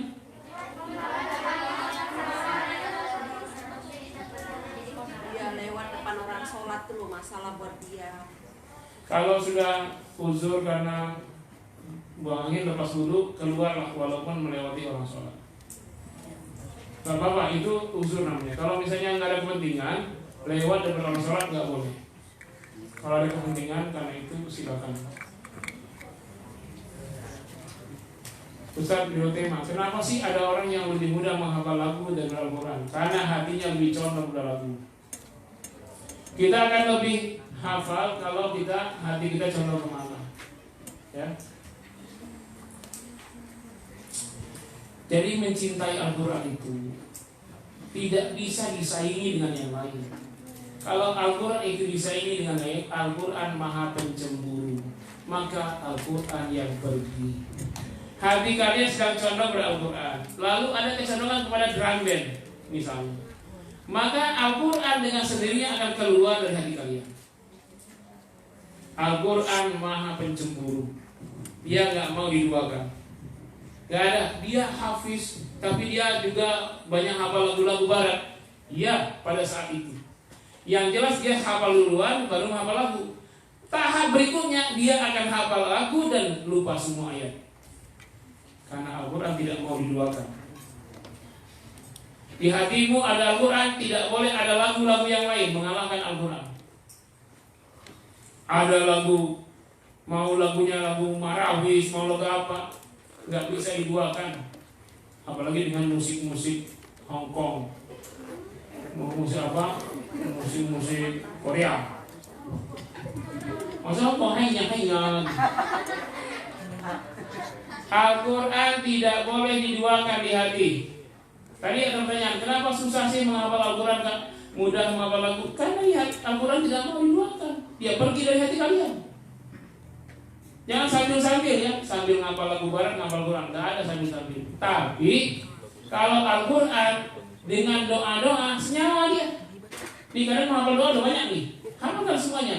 Hafal Quran kalian tidak akan lari, karena sama-sama senyawa, sama-sama litaqarrubillah. Hukum orang yang dagang untuk cari duit atau makan keluarga tapi nggak keluar dari tapi nggak keluar daerah wabah. Maksudnya apa? Itu duit bagus lah, nggak keluar dari daerah wabah. Ketika dia bisnis itu, dia keluar, tapi nggak keluar kata dia. Tidak keluar ke tempat wabah. Ya bagus lah tidak tempat wabah. Apa yang salah? Bagaimana caranya agar tidak banyak bicara yang tidak berguna? Jangan bicara, kecuali bermanfaat. Iya. Ini kadang-kadang seolah-olah bicara itu kebutuhan pokok. Kalau nggak bicara kayak mati ya. Zikir banyak-banyak doa Allah. Ganti bicara itu zikir ya Allah subhanallah. Kalau bicaranya Al-Quran, jadi coba kalau menghafal Al-Quran, setiap kali bicara ayat ada jawabannya. Ya. Ada orang buta, dia ditanya, jawabnya ayat. Ada juga yang tidak buta, ditanya soal apa, dia terus jawab ayat. Tolong dikoreksi doa ini. Wa ahinallahu ma'ala sunnati wa mita'ala millati. Ini benar enggak? Yang benar itu pakai ha. Millatihi, agamanya, ajarannya. Sunnatihi, sunnahnya, bukan sunnatin. Jadi wa ahinallahu ma'ala sunnati wa amitna ala millati. Hidupkan kami ya Allah di atas sunnahnya, matikan kami di atas agama ini, agama yang benar. Pakai hiya. Wa ahinallahu ma'ala sunnati wa amitna ala millati wa ahsyurna fi zumrati man ladina an'amta 'alaihim nabiyyin wa siddiqin wa syuhada'i was shalihin wa hasuna ulaika rafiqa. Kalau orang yang wakaf dengan hasil curian nggak sah, dari jalan haram, tapi niatnya ibadah karena Allah, nggak bisa. niat harus sejalan dengan kaifiat cara. Benar niat, benar cara, itu amal soleh. Benar niatnya, caranya salah, maka dia ditolak. Niatnya ya menyembelih ayam dengan membaca bismillah, tapi cara mendapat ayam maling ayam, enggak sah. Dia lihat bismillah, bismillah ya Allah, bah sembelih, tapi ayam curian cara mendapatkannya, maka dia ya. Dari titipan pertanyaan dari hamba Iya, Allah. udah poin aja sih. Assalamualaikum Ustadz, mau Ya. bertanya terkait zakat fitrah. Zakat fitrah anak istri itu tanggung jawab suaminya kah atau tidak? Kalau misalnya suami tidak bisa membayar zakat fitrah karena tidak punya harta untuk membayarnya, tapi istri punya harta untuk membayar zakat fitrah, apa semuanya dibayarkan dari harta sang istri? Zakat fitrah itu kewajiban pribadi, dia bertanggung atas dirinya dan tanggungannya. Jadi kalau ayah bakal berkewajiban untuk membayar zakat fitrah istri dan anak-anaknya, termasuk anak yang baru lahir di hari raya Idul Fitri. Yes, di waktu itu wajib zakat fitrah karena itu zakat kewajiban setiap jiwa. Kalau orang tuanya tidak, kalau si ayah tidak mampu, istrinya mampu, istrinya bayar zakat fitrah. Ya, istrinya zakat fitrah dan anaknya. Dan si istri menghibahkan harta kepada suami sehingga suami berzakat fitrah. Tapi kalau memang dia keluarga miskin, dia tidak mengeluarkan zakat fitrah, tapi menerima zakat fitrah. Tidak ada beban dalam agama. Tidak mampu, tidak dipaksa. Jadi dia tidak mampu berzakat, malah terima zakat. Apa benar seuzonnya seorang guru itu baik? Oh, bukan seuzon, waspada. Kalian menilai saya berlebihan. Saya melihat kalau ada air yang botolnya baru tidak tertulis namanya, saya baru seuzon ngambil di Begiman.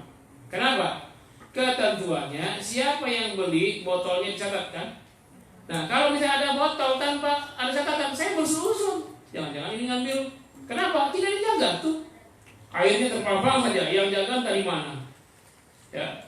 Jadi ketahui Bapak Ibu semua, setiap pembelian air di pondok pesantren ditulis nama pembelinya.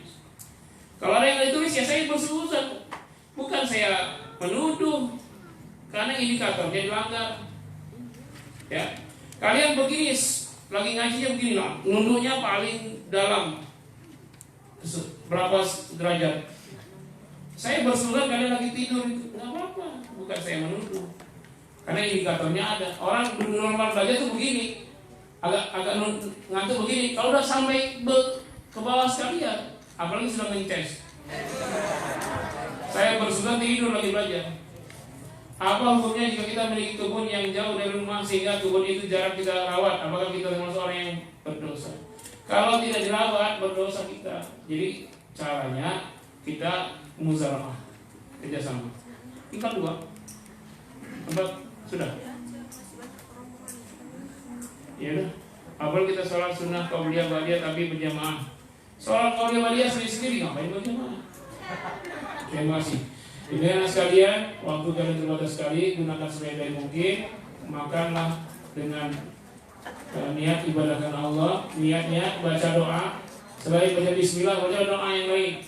Allahumma ja'al hadza ta'am shifaan min kulli da'in fi jasadi ma'anin wa ma lam 'an zahira wa batina bi rahmatika ya arhamar rahimin. Ya, jangan sampai tidak berdoa. Kemudian jangan sisa, jangan pilih-pilih. Sayur dimakan, lauk dimakan. Ya, sesungguhnya barokahnya pada sisa itu. Kalau tersisa itu kalian telah menghilangkan barokah, baik dari lauknya maupun dari nasinya. Niatkan semoga Allah, semoga tubuh sehat, dengan kesehatan kita semangat ibadah, semangat menghafal Al-Quran, jaga kesehatan terus. Terima kasih. Mari kita akhiri dengan istighfar 3 kali dan doa kafaratul majlis. Astaghfirullahaladzim, astaghfirullahaladzim, astaghfirullahaladzim.